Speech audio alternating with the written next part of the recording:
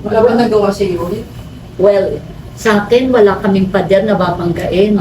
Sapagkat yung mga pader na yan, hindi talaga matatag. Etong darating under the leadership ng ating superhero Mara Tamundo, ito ang tunay na pader na wawasak sa poverty, corruption, at papalit natin ng good governance ng gusto ni Mayura, yung transparency in the system of government in the City of Manila. Ako po ay parte ng City of Manila. Naglingkod po ako dyan.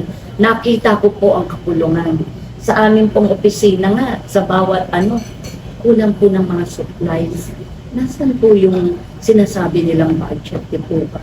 Wala pong yung mga supplies na mga kinakailangan gamit ng pang-opisina. Imagine mo, ang sweldo ng mga JO delay. Di po ba? Sweldo po ng mga JO natin delay. And in fact, mas maraming JO ang mga ghost employees po na until now, hindi po yan. May mga ghost, may trabaho. Buti pa yung mga ghost, saan po ang nagtatrabaho na ang mga ghost na yun.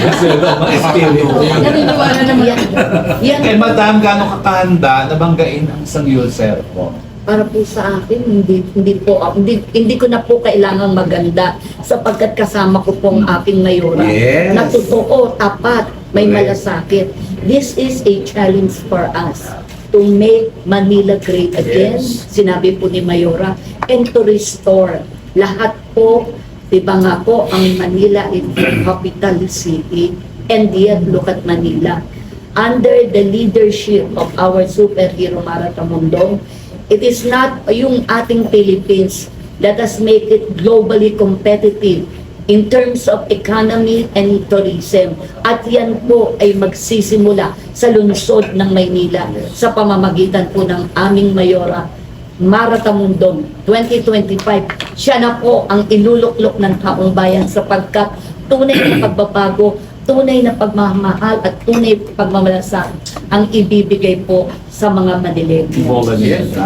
Si Super Mala po, alam namin na she's a businesswoman, she's in real estate, di ba? And tumakbo siya dating konsel. Ikaw po, a brief backgrounder po sa inyo. Well, Dati po ba kayong tumakbo din? Yes po. Ako naman po ay dati na rin pong connected sa politics. Paano po? During my time, nung kabataan ko rin po, way back 1998 under Amado Bagatsing, and nandyan po ay hindi lang din po tayo binalat sapagkat alam naman po natin yung system ng gobyerno eh. Ano po dinakwa niya po dati? ba?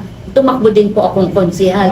And I would like also to correct yung sinabi pong si Mamara tumakbo nung yung recent election. Public knowledge na naman po yan. Kung ano po ang nangyari, di ba isang bangka po, sinasabi po nila.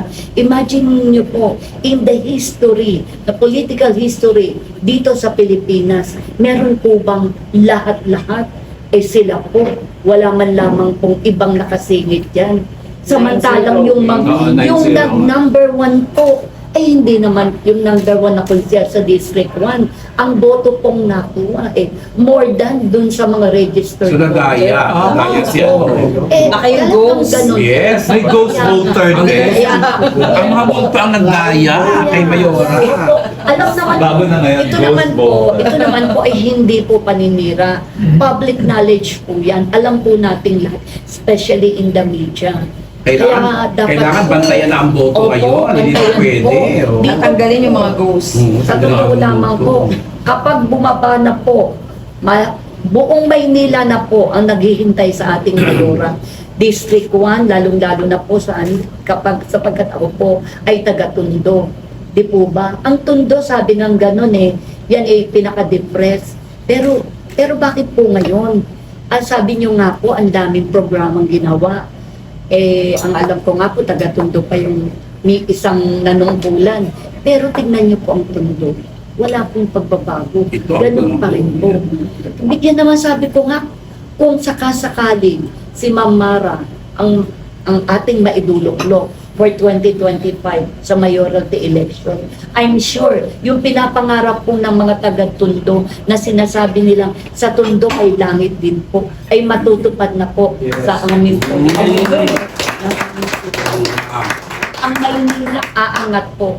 because this is a challenge for all of us. Okay. And I am appealing to all the Manileños, kailangan na po natin ng pagbabago. Ako po naging parte na ng administrasyon nila. Nakita ko na po ang pagtatakbo ang pagpapatakbo. Nakita ko po ang korupsyon dyan. Yung poverty lalo pong sa laylayan, mas lalong kawawa po. Alam niyo po ba, I was really inspired by this woman. Nasa kanya na po ang lahat. Dahil muli po ako lumako sa politics because nakita ko po kay Mamara ang ilaw na magbibigay liwanag sa lungsod. Okay, ano na tayo? Last 5 questions na tayo. Last 5 questions na tayo, Reds, ha? Magkakilala. Siyempre, dahil sa pagtulong ko po sa mga senior Reds, citizen, 5 questions na so, lang. ibig sabihin, nagtagpo po kami sa isang event kung saan naging hermana po ako sa Tondo, dyan sa District 1. Doon po ay nagkakilala kami at nakita rin po namin sa bawat isa na yung aming advocacy at layunin ay isa lamang. Dahil syempre, siya po ay isang senior na, ako naman ay parang na rin na talagang gusto ko lang tignan yung mga senior citizen. At gusto ko lang po maidagdag. Kami po, kapag kami ay naupo na dyan, maggagawa po kami ng ordinansa na magpoprotekta para sa mga historical landmark po na may Kasi na hindi tatanggal. na hindi tatanggalin, hindi bibenta, at hindi po palipat-lipat kung saan. Kasi ako po nahihirapan magkwento ko sa anak ko, anak, dito yung ganyan. Wala na, mami, ano ba yan? Hindi naman totoo yung May sinasabi natanggal na mo. po ba? Yes, marami Alin na po. ng mga natanggal ng historical landmark. Sige po, isa-isahin nyo. Isa-isahin nyo po, Vice. Ano po yung mga medyo major landmark na natanggal na? Yung SASES po, yung Ano po ba yung SASES? health center po siya at basketball court. okay. So yan po, matagal na yan talaga, napapakinabangan. Dito po sa may San Andres, sa may Yung release ng tren. 1940s pa, Yes. yan, ginawang kondo. Yes, ginawang condominium. Plus, syempre po, yung ospital ng Maynila, naibenta na rin, di ba? Yung Paco Market, private na siya. So, nabenta na rin yung Delicada Park Station, yung Retail Market, yung... Divisoria po ba? So, Yes, totoong nabenta na po ang Divisoria Market. Kondo na pinupunan ng Ministerio sa Kapitan. Sa Luneta. Wala na, sigurado nabayaran na po yun kasi naitayo na tayo. Ay, Madam, Hindi naman balik ko siya lang. Sabi nyo maitatayo. kanina kay Amado Bagatsing kayo. Yes. Ano po siya ni Raymond? Bagatsing. At pamangkin po ako si Raymond. So ngayon po, magkaibang partido naman kayo ni Raymond, di ba? Pwede po kayo magkakalala ni Raymond. Ako, kilala ko rin po siya. O alam niyang dito kay Madam kayo.